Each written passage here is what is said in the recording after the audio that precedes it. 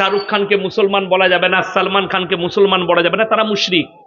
যদি বলেন কেন, আশা করি বলিউডের যতগুলো নায়ক আছে সব থেকে দিল দরিয়া লোক হচ্ছে সালমান খান। সে 100 টাকার মধ্যে 90 টাকা তার চ্যারিটিতে খরচ হয়। কোন বাচ্চার যদি ব্লাড ক্যান্সার হয় তার চ্যারিটিতে চলে যাবেন মুম্বাই, 1 টাকা আপনার খরচ নাই, আপনার যাতায়াতের খরচটাও তার ফ্রি। কিন্তু মুসলমান বলা যাবে না, মুশরিক। যদি বলেন এত ভালো কাজ করছে, এর বদলা দুনিয়াতেই পাবে, আল্লাহ তাদেরকে দুনিয়াতেই দিয়ে দিবে।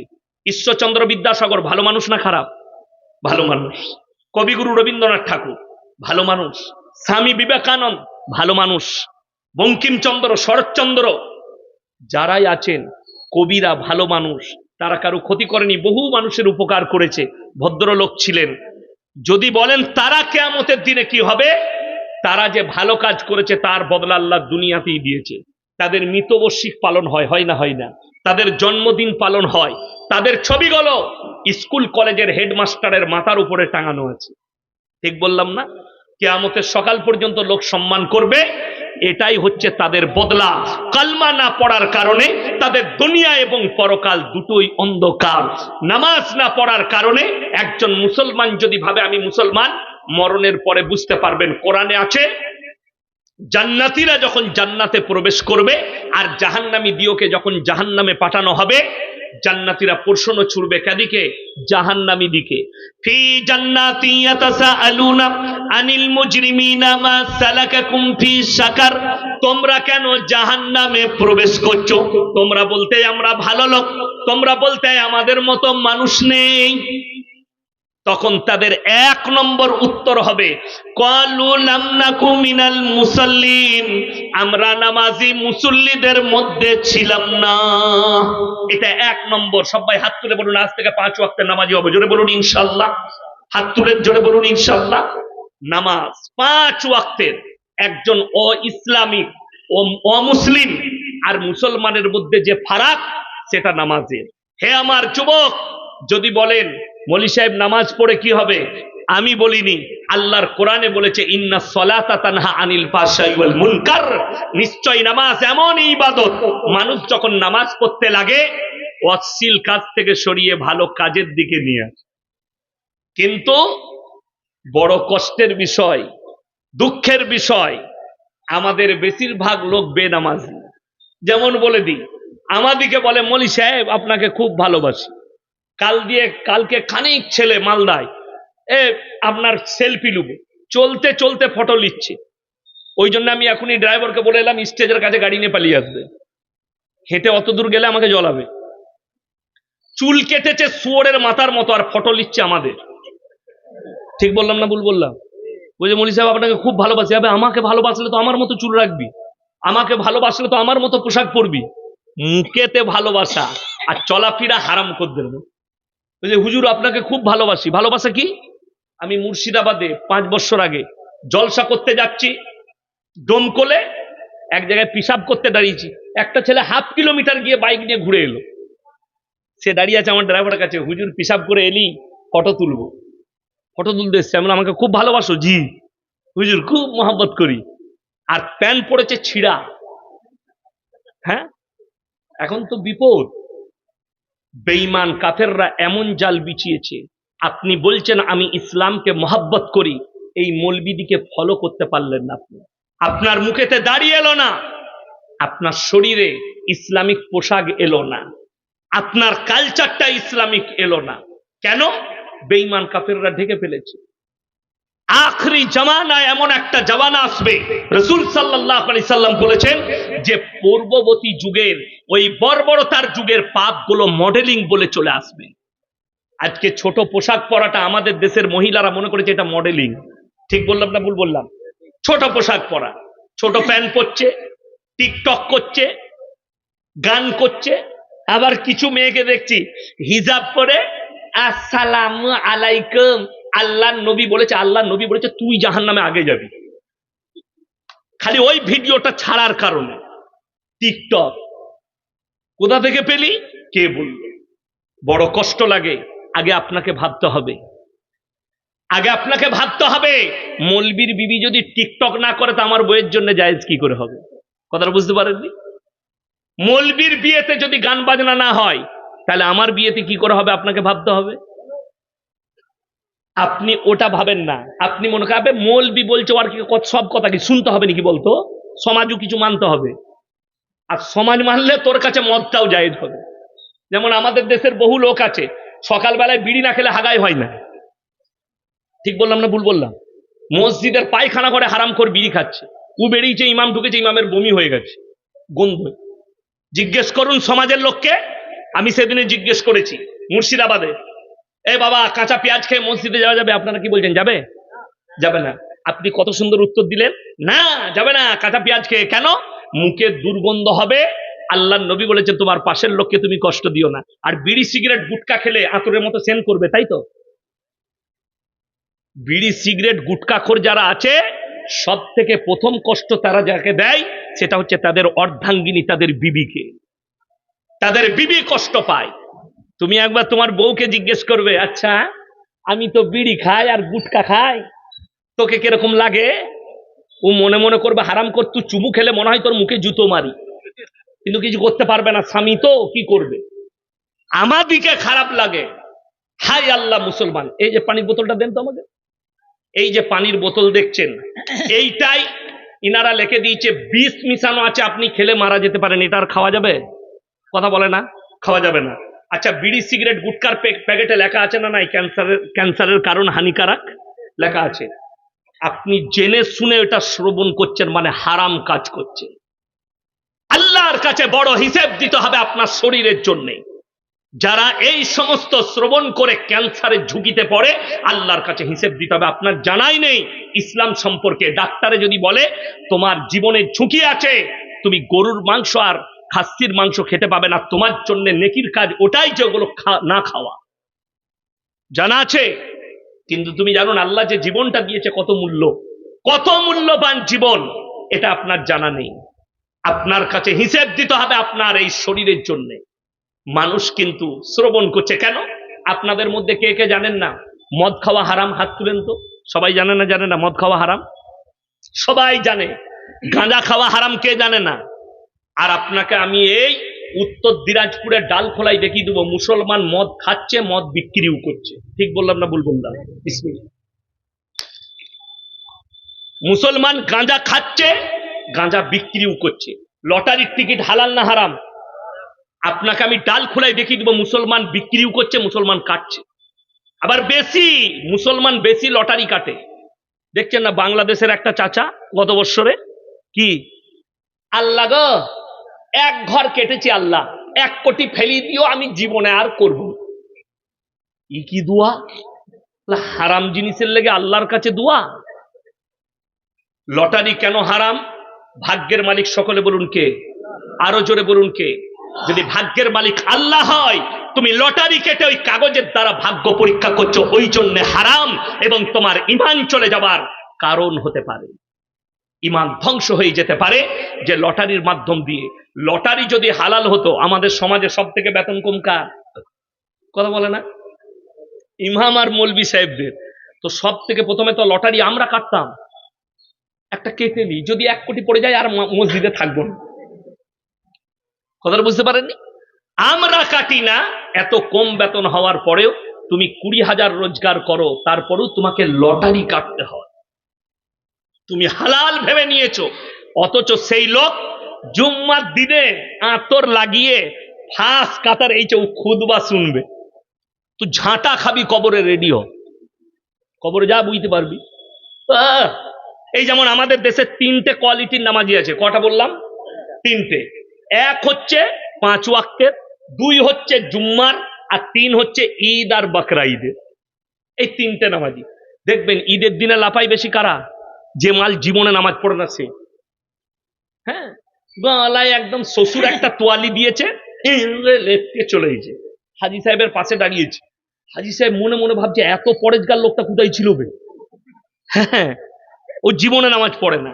শ্বশুরের দিয়া তোয়ালি, শ্বশুরের আন্ডার প্যান্ট, শ্বশুরের লুঙ্গি, শ্বশুরের জামা, সব শ্বশুরের, ওর কিচ্ছু নাই, ওর খালি শরীরটা।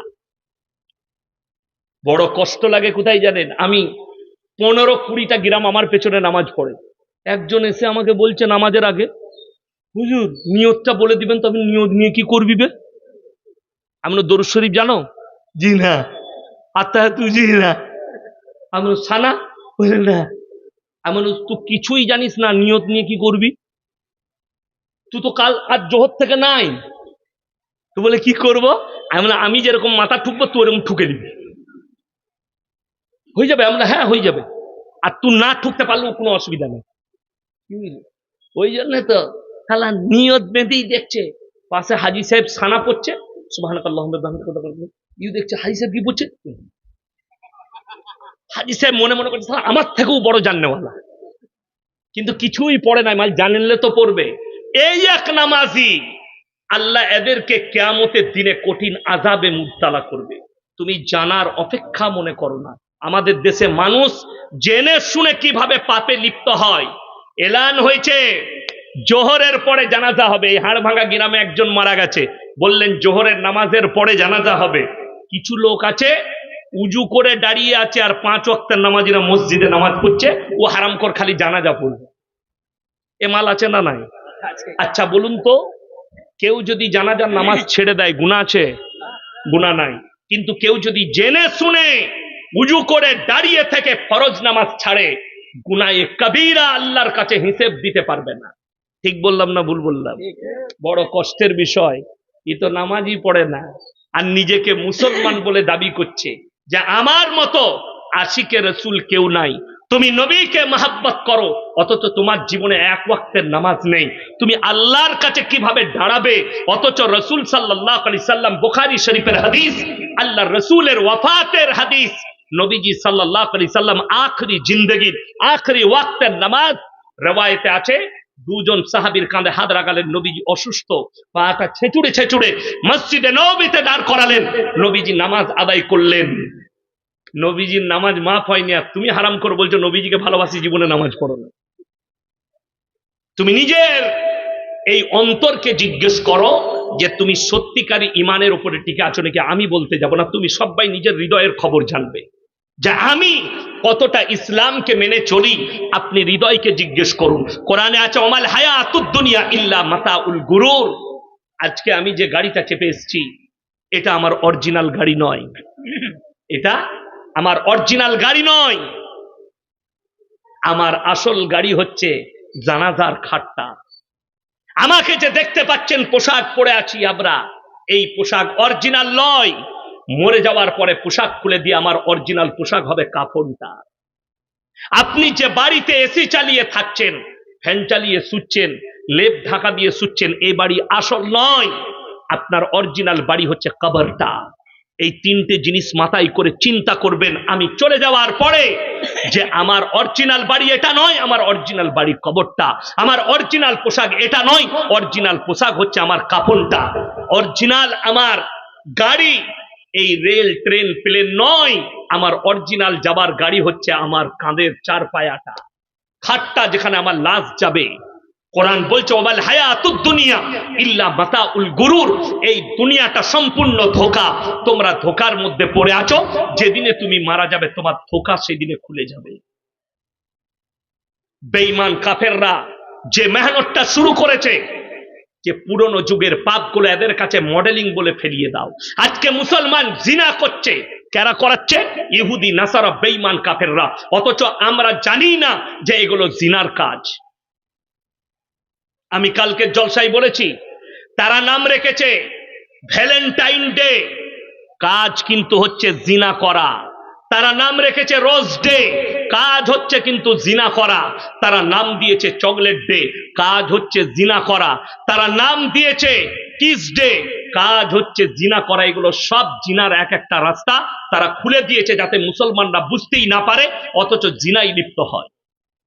এমন একটা যুগ আসবে পৃথিবীতে হারাম আওলাদে ভরে যাবে, যেটাকে আমরা রুখে দাঁড়াতে পারবো না। আজকে মৌলবীরা আছে, মেহনত করছে, আমাদেরকে বলতে শুনতে পাচ্ছেন আল্লাহ রসুলের হাদিস, আখরি জামানায় 1 শ্রেণীর এমন হুজুর বের হবে যাদের দ্বারা ইসলাম বিকৃত হবে এবং মানুষ তাদের দ্বারা পাপেতে লিপ্ত হবে। তারাই হবে জাহান্নামের প্রথম খোরাক। কোরআন খুলে আপনি বলছেন মৌলবী চিনতে পাচ্ছি না। কালকের জলসায় একজন এসে আমার সঙ্গে দেখা করলো, ভদ্র মানুষ, ভালোবাসে আমাকে, নেতা, আমাকে বলছে, হুজুর নিজেদের মধ্যে আপনারা মিটিয়ে নিতে পারেন এক জায়গায় বসে, আপনি এর বিরুদ্ধে বলছেন, ও আর বিরুদ্ধে বলছে। আমি বললাম রসুলের হাদিস মিথ্যা হয়ে যাবে। কথাটা সবাই শুনে যান, সবারই কানে ভরছি আমি। যারা বলছেন এক জায়গায় বসে আপনারা মিটি নিয়ে একটা প্ল্যাটফর্মে আসুন, পৃথিবীর মৌলবীরা, নবীজির হাদিসকে মিথ্যা বলা হবে, আল্লাহর রসুলের হাদিস, আমার উম্মতরা 73টা দলে বিভক্ত হয়ে পড়বে, এই হাদিস সত্য হবে, 73টা দল হবে, তবে কিয়ামত সংগঠিত হবে। এটা লিখে নিয়ে যান কাগজ থেকে, এটাকে আপনাকে বিশ্বাস রাখতে হবে। যদি বলেন কোন মৌলবীটা চিনব কি করে, আপনাদের এখানে সবজির হাট আছে না নাই? আছে। সকালবেলায় কানা বেগুন কেউ কিনে না, বেগুনটা ঘুরিয়ে দেখে লাই? আপনি 3বার ঘুরিয়ে দেখবেন মালটা কানা আছে নাকি। কেন? কানা বেগুন কিনে ঘরে এলে বউ বলবে তুমি কানা নাকি গো, দেখে লাওনি? বলবে না? বলবে না। তুমি পচা টমাটর নিবে না, ঘুরিয়ে দেখে নিবে। তুমি পচা মাছটা নিবে না, পেটটা টিপে দেখে নিবে। কিন্তু দুঃখের বিষয় কি, আপনি পচা হুজুর চিনতে পারেননি, কানা বেগুন চিনেছেন, কানা মৌলবি চিনতে পারেননি। এটাই আপনার জন্য ক্ষতিকারক। যদি বলেন চিনব কি করে, কোরআন শুনেলেন, ইন্নাল্লাযীনা ইয়াকতুমুনা মা আনজালাল্লাহু মিনাল কিতাব ওয়া ইয়াশতারুনা বিহি সামানান কালীলা উলাইকা মা ইয়াকুলুনা ফি বুতুনিহিম ইল্লান নার ওয়া লা ইউকাল্লিমুহুমুল্লাহু ইয়াওমাল কিয়ামাতি ওয়া লা ইউযাক্কিহিম ওয়া লাহুম আযাবুন আলীম। হে আমার বিশ্বনবী, পৃথিবীর মানুষকে বলো, তোমাদের মধ্যে কিছু এমন মৌলবি থাকবে যারা আমার কোরআনের আয়াতকে লুকিয়ে দেবে নিজেদের পেট চালাবার জন্য। তারা নিজেদের পেটেতে আগুন ছাড়াই আর কিছু ভরে না। আমি আল্লাহ কিয়ামতের দিনে তাদেরকে কঠিন আযাবে মুবতালা করে দেব। এটা কোরআন। আমি কঠিন আযাবে মুবতালা করব। দেখতে পাচ্ছেন না বাংলাদেশে? আমি আজ কি শুনছিলাম কি, যে একজন বক্তা বলছে, তার নাম হচ্ছে আবরারুল হক আসিফ, যুবকরা খুব ভালোবাসে, সে প্রেমের প্রমোট করছে। তোমার যদি কোনো মেয়েকে পছন্দ হয় তাকে তাড়াতাড়ি প্রপোজ করে ফেলো। প্রপোজ মানে আই লাভ ইউ, আমি তোমাকে ভালোবাসি। হারামখোর, এরাই জিনার প্রমোট করছে। এই মৌলবি কথা ধরা পড়বে কিয়ামতের দিনে। ইসলামে প্রপোজ শব্দটাই হারাম। কি বললাম? প্রপোজ শব্দটাই হারাম। যদি বলেন কোন যুবকরা শুনে যাও, যুবতীর যদি কোনো ছেলেকে পছন্দ হয়, যুবকের যদি কোনো ছেলেকে মেয়েকে পছন্দ হয়, নবীজির সুন্নত তরিকা হচ্ছে তার বাড়িতে রিস্তা পাঠাও, কোন লোককে দিয়ে, আপনার মেয়েকে অমুকের ছেলের পছন্দ, আপনি যদি বিয়ে দিতেন তাহলে ভালো হতো। কথাটা বুঝতে পারেন? যদি বলেন প্রমাণ দেন। আপনারা কতটা জানেন জানি না, এটা হাদিস বলছি। নবীজি সাল্লাল্লাহু আলাইহি সাল্লামের মেয়ে ফাতেমাতুজ জাহরা রাদিয়াল্লাহু তাআলা আনহাকে প্রথম বিবাহের প্রস্তাব যিনি দিয়েছিলেন তিনি হচ্ছেন হযরতে উসমান গনি রাদিয়াল্লাহু তাআলা। তিনি বললেন, ইয়া রাসূলুল্লাহ, আমি আপনার মেয়ে ফাতেমাকে বিবাহ করতে চাই। নবীজি উত্তর দিলেন, তুমি ফাতেমার থেকে ভালো বিবি পাবে, ফাতেমা তোমার থেকে ভালো স্বামী পাবে। আপনারা জানেন মালদা ডিস্ট্রিক্ট আপনাদের সঙ্গে লেগে আছে, লেগে নাই? হ্যাঁ, মালদা ডিস্ট্রিক্টে আপনাদের এখানে কি আছে জানি না, ধারে বউ পাওয়া যায়। ধারে বউ শুনেন না? হ্যাঁ, আমি গত বছরে মালদা এক জায়গায় জলসা করছি। এই আপনাদের মতো অল্প স্বল্প লোক নয়, 1000 2000 নয়, 20,000-এর মতো শ্রোতা ছিল। আদায়ের জলসা নয়, বিরাট প্যান্ডেল, কয়েক লক্ষ টাকার প্যান্ডেল। তো বললে স্টেজ এর থেকেও বড়। বললে হুজুর 4টা বিয়ে পড়াবো। আলহামদুলিল্লাহ বিয়ে পড়িলাও, তারপর আমি বক্তব্য দেবো। আমি স্টেজে বসে রইলাম, সব নিজের ইমাম এনেছে বিয়ে পড়াবে। বলছে 80,000 টাকা দেলমোহর, 200 টাকা লগত, 79,800 টাকা ধার, যা বুঝো করো। হয়ে গেল বিয়ে। আমি দেখলাম বেচারারা চলে যাবে নাকি ঠিক না, আমি বলিনি। আমি বললাম বাবা, আমি সেদিনে ট্রেনে এসছিলাম, ট্রেনে। তো আমি বললাম বাবা, আমি ট্রেনে এসছি ভাই, আমার কাছে পয়সা সেরকম নাই। 800 টাকা বাড়ি থেকে নিয়ে বেরিয়েছিলাম, 200 টাকা ট্রেনে খাওয়া দাওয়া করেছি, 600 টাকা আছে। 200 টাকায় বউ পাওয়া যাচ্ছে, ঘরে একটা বউ আছে, 600 টাকায় আর 3টে বউ লুবো, 4টা যায় যাচ্ছে। ধারে বউ, নাউজবিল্লাহ বলেন। যদি বলেন ধারে বউ লিয়া যাবে না, না, শুনেলেন আমার কাছে, রসুল আকরাম সাল্লাল্লাহু আলাইহি সাল্লাম হযরত আলীকে বললেন, আলী তুমি মহারানা নিয়ে এসো, আমার মেয়ের সঙ্গে তোমার বিবাহ দেওয়া হবে। আলীর কাছে পয়সা ছিল না। হযরত আলী রাদিয়াল্লাহু তাআলা আনহু নিজের যুদ্ধের জামাটা মার্কেটে বেচতে গেছেন, সেই জামাটাও কিনেছেন কে? হযরত উসমান গনি রাদিয়াল্লাহু তাআলা আনহু। সেই টাকার দ্বারা দেলমোহর মিটিয়েছে। আর আমাদের দেশে 1 লাখ টাকা দেলমোহর, 200 টাকা নগদ, বাকি বলে 99,800 টাকা ওইটা বউকে বলবে আমি ক্ষমা করে দিলাম। কে বললো তোমাকে?